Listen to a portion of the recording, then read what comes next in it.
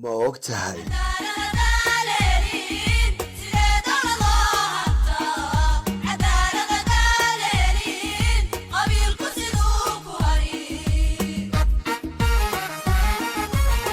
kasoo beesha dhexe iska fuuriyeeshay ilaha dhaqaale iyo guud ahaan manfaca Somaliland misana ma ogtahay 26 agaasimo guud oo ay leeyihiin wasaaradaha kala duwan ee Somaliland 20 kamid yahay ka soo jeedaan beesha dhexe ee Isaaq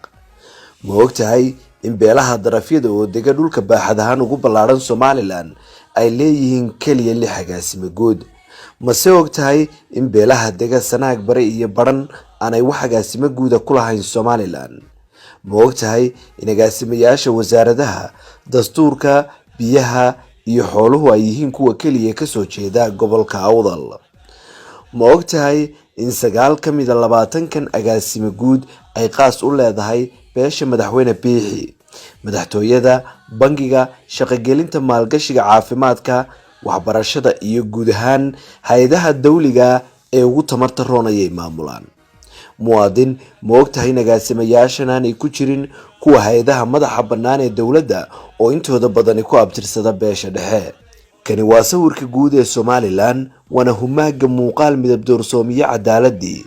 wada lahaanshaha Somaliland iyo dhismihii 19 hadii wax la iska weydiiyo ma ogtahay in dadka qaar ku dhufanayaan sumad ah qarandiid ila ma hadli kartid ma fikiri kartid ma tashan kartid igamana tagi kartid oo hatta ma ogaan kartid maya hatta baaq shacab maya Somaliland maanta